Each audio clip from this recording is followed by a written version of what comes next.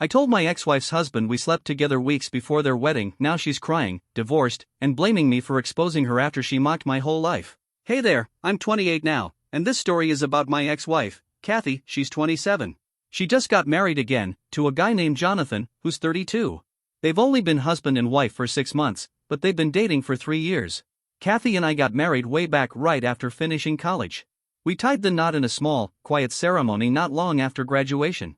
It felt like the natural thing to do because we'd been together since our sophomore year of high school. We even went to the same university. So yeah, getting married seemed like the next logical step at the time. But the truth is, being together that long didn't mean we were meant to be married. We fought constantly, almost every single day. And about a year in, I reached my limit. I told her I couldn't do it anymore. I wanted out. It wasn't that I had stopped loving her. I hadn't. But the non-stop arguing wore me down. She's incredibly proud, and when I told her I wanted a divorce, she didn't try to stop me. She just said, "Go if that's what you want." And so, we ended it. Looking back, we were both way too immature to be making lifelong decisions like marriage. We hadn't grown into ourselves yet, and I honestly don't think we could have done that while trying to stay married. But then, just as we were going through the divorce, Kathy found out she was pregnant, and that changed everything. I had assumed once we split, we'd go our separate ways and never really speak again. But the pregnancy meant we had to stay in contact. She was set on being a mom, and I knew without a doubt that I wanted to be a dad. We tried to push through our issues for the baby's sake, but I still felt strongly that ending the marriage was the better choice. She wanted us to call off the divorce and work things out, maybe even get counseling. But my mind was made up. I wasn't going to pretend to be happy in a marriage just because we were having a child. So I proposed co-parenting. I told her we could share custody and that I lived nearby to help in the beginning, especially since newborns need their mothers more at that stage. But that idea didn't sit well with her. She just wanted us to stay married. So yeah, we butted heads a lot during that period. Eventually, though, we came to an agreement. We settled on taking turns raising our child and agreed to keep things civil for our son's well-being. I understand why she wanted to keep the marriage going. She believed that staying together was what would be best for the baby. But for me? The truth is, I never really wanted to get married when I did. She'd been talking about marriage since our second year of college. I, on the other hand, wanted to figure out who I was before committing to someone else. But I didn't want to break her heart, and I figured if I told her I wasn't ready, she'd leave me, or at the very least, we'd start fighting. So I went along with it, thinking maybe I'd grow into it. Spoiler, I didn't. After a year of being married, it hit me hard that this wasn't what I wanted. I wasn't ready. I needed to carve out my own path first. That's why I pushed for the divorce, and once I found out we were having a baby, I became even more convinced that staying in an unhappy marriage wasn't the right environment to raise a child in. Sure, growing up with divorced parents isn't ideal. I get that. But I figured it was better than raising him in a home where both parents were miserable. She believed we should have stuck it out for the baby's sake, but I didn't see it that way. After a lot of hard conversations, I finally got her to agree to the divorce, and from that point on, we stayed in contact solely for our son. We split custody down the middle. He spends half the month with me, and the other half with her. We both do our best to be there for him. I wouldn't say we're friends exactly. There's still a lot of resentment on her end, and honestly, I can't blame her. I did love her, and I still care about her, but I knew deep down she'd never be truly happy with me. My heart wasn't in it, and I couldn't fake that forever. After the divorce, I stayed in her life as a co-parent and as a support during the pregnancy. I went to every appointment, helped her through the delivery, and even stayed at her place for a few days after our son was born to make sure everything was okay. I did everything I could to be a good dad and a decent ex. But despite that, she told everyone that I had abandoned her during the hardest time of her life. She painted me as the bad guy, and most of our mutual friends cut ties with me. Still, I never brought it up to her. I kept doing what I had to do because I felt like it was the price I had to pay for marrying someone when I wasn't ready. That was on me. I owned it. I figured that if I got into arguments with her over what she was saying, it'd just prove her right in everyone's eyes. So I stayed quiet. What confused me, though, was how kind she'd be to me in person. Whenever we met, she acted like everything was fine, sometimes even friendly. Honestly, I started thinking maybe she still wanted to get back together. It was weird because at the same time she was bad-mouthing me to our friends, she was being almost warm to me in private. It left me pretty confused, to tell you the truth. Despite how she badmouthed me behind my back, Kathy was always kind to my face, almost like she still cared. Sometimes, she'd act like she couldn't imagine life without me, like she still had feelings for me. It left me confused, so I chose to just focus on my job and parenting. A few months after our son was born, she returned to work. Naturally, we started seeing each other less often. About a year after the divorce, she started dating again. I didn't hear it from her at first. Friends who still talked to me would mention that she was seeing new guys. And yeah, it stung a little. Even though I was the one who pushed for the divorce, I still loved her. But I kept those feelings to myself. I had made my decision, and even if it made me miserable, I had to live with it. In fairness, we were both young and emotionally lost back then. That's probably why everything was so messy between us. Kathy, on the other hand, made a spectacle out of her dating life, posting things online, making sure everyone knew. It wasn't subtle. But then, a few months into it, she noticed I hadn't reacted to any of it. That's when she brought it up to me herself. She told me, kind of awkwardly, that she'd started dating again and hoped I wouldn't be upset. She said she wanted me to hear it from her, not through the grapevine. I told her I was fine with it, and I meant it, or at least, I pretended I did. She seemed a bit let down that I didn't try to talk more about it. Maybe she wanted me to ask if she'd moved on or not. I didn't. I just picked up my son and left. After that, her social media dating updates suddenly stopped. I knew it had something to do with how I didn't react the way she wanted me to. Then one evening, she came to pick up our son from my place, but it started pouring rain. I told her she could come inside and wait it out. It was just the polite thing to do. By that point, nearly 2 years had passed since our divorce, so I figured it wouldn't hurt. We started chatting while our son napped in the other room. One thing led to another. We ended up reminiscing about old times, and out of nowhere, she leaned in close. I still had feelings for her, and I guess she did too, because we ended up sleeping together. She stayed the night, and for a brief moment, it felt like maybe things were turning around. But the next morning, she left before I even woke up, taking our son with her. Later that day, she sent me a message saying it had been a mistake and that she had no interest in rekindling anything between us. I was crushed. But that was her decision, and I respected it. I figured it was just a one-time thing, maybe the rain, the nostalgia, the loneliness. We were both single parents, and that can be incredibly isolating. I chose not to dwell on it too much and just let it go. We went back to being co-parents, nothing more. After that, I pulled back emotionally. I only talked to her about matters concerning our son. She tried several times to patch things up between us, at least to go back to being on good terms, but I turned her down every time. I couldn't handle that emotional roller coaster anymore. Eventually, she started dating Jonathan. I knew the guy. He was the older brother of a mutual friend from school. And honestly, he was a solid dude. I was genuinely happy for her because I knew he'd treat her right. Once she and Jonathan got serious, our interactions dropped off even more. That was fine by me. She had someone now, and I was trying to move forward with my own life and career. Over the next 3 years, we barely talked unless it was about our son. Whenever I went to their place to pick him up or drop him off, Jonathan was always kind and respectful to me. He never made it weird, and that's part of why I feel so awful about what ended up happening. Just a couple of weeks before their wedding, yeah, you probably already guessed it, I made the worst mistake of my life. I slept with Kathy again. It happened out of nowhere. She just showed up at my place late at night. At first, I was confused because our son was at her house, and we never spoke unless it was about him. I opened the door, and she immediately fell into my arms, crying. She told me she missed me. That she had made a mistake. She poured it all out, how everything she'd done over the last few years, all the mixed signals and weird behavior, was just an attempt to win me back. She said she still couldn't move on, even though deep down she knew we weren't truly compatible and that even if we got back together, it would probably end the same way it did the first time. She admitted she was scared and confused, and that all the hot and cold behavior had been part of her trying to figure things out. Hearing that made a lot of past moments make sense. I opened up too. I told her I hadn't really moved on either.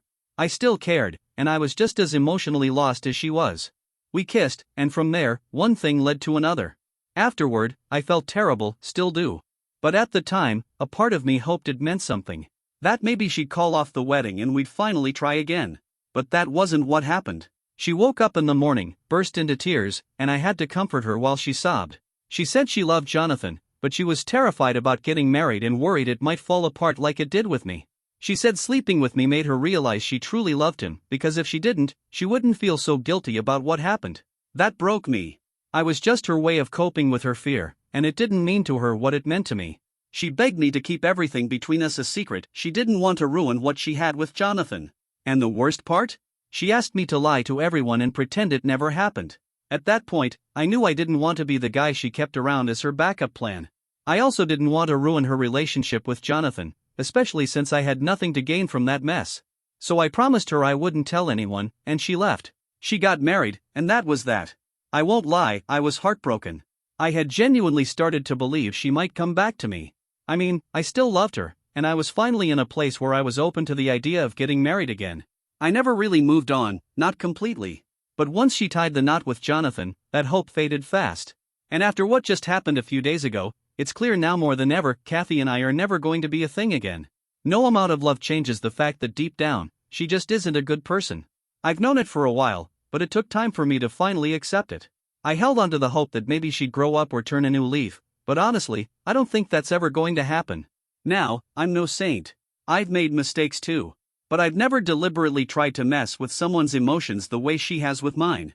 She knows I still have feelings for her. And because of that, she has a responsibility not to take advantage, but she always does. Sure, I've played into it sometimes, but she's always the one who starts it. Anyway, a few days ago she invited me to our son's birthday party. Normally, whichever parent he's staying with throws the party, and the other one celebrates separately when it's their turn to have him. Our son actually gets 2 birthdays that way, pretty lucky, honestly. But this time, Kathy suggested we do one party together since our son's getting older and all the separate celebrations were getting to be too much. I agreed to split the cost and show up for him. When I arrived late, thanks to work, most of the guests were already there. Right as I walked in, Kathy started taking jabs at me in front of everyone. She cracked a comment about how I was late because I put work before everything else, which was clearly a passive-aggressive dig at why our marriage fell apart. Then, out of nowhere, she made fun of my receding hairline. That caught me off guard, not because it's some deep insecurity, but because we're adults. It just felt childish and mean. I could have easily thrown back a dozen insults about her appearance, but I didn't. Jonathan chimed in, trying to be funny, saying my hair was probably falling out from all the stress I put myself under. Then they both started telling me I should take some time off and start living life, implying I'd made a series of terrible life decisions.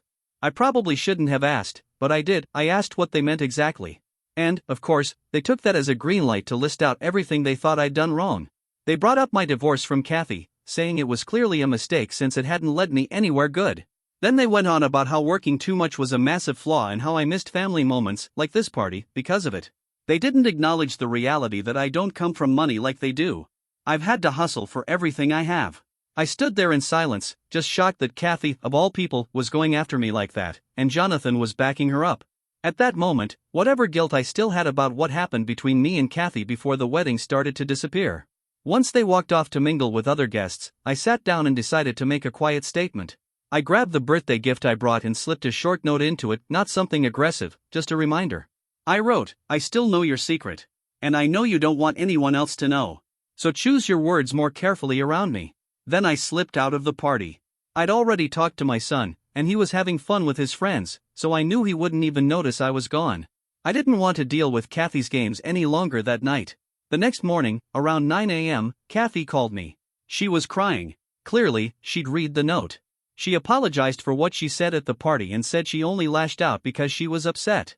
Our son had apparently been asking about me before I arrived, and they even had to cut the cake without me. That hurt, but the truth is, I wasn't late on purpose. I had left work on time, but traffic was awful. That's why I arrived late, not because I was putting work ahead of my son. I told her I didn't appreciate how she came at me, especially after everything we've been through. She started begging me not to bring up what happened between us again. But honestly, the night before had given me a lot to think about. I wasn't messing up my life because of work or being single. I was messing up because I kept letting Kathy back in. I kept giving her chances to change when she never intended to. I didn't make any promises on the phone. I just told her I was busy and that we'd talk later. But now, I'm seriously considering telling Jonathan everything. I'm tired of carrying the weight of her secret. It's eating away at me, and I don't think I can do this anymore. The question I keep coming back to is this. Would I be wrong if I told my ex-wife's husband the truth about her? Update 1. It's been a week since the birthday party, and I've gone completely no contact with Kathy. I ended up doing what I said I might. I sent Jonathan a message telling him the truth about what happened between Kathy and me before their wedding. I included proof that she had come to my place a month before they got married. And honestly, it felt like a weight had been lifted off my chest. For the first time in a long while, I could actually breathe. Once I hit send, I blocked both Jonathan and Kathy. I know I'll have to see her eventually when I go to pick up our son in a couple of weeks, but for now, I don't have to deal with her. I've also asked my friends not to bring her up in conversation. I said what I needed to say. I shared my truth, and I'm not going to feel bad or guilty for it.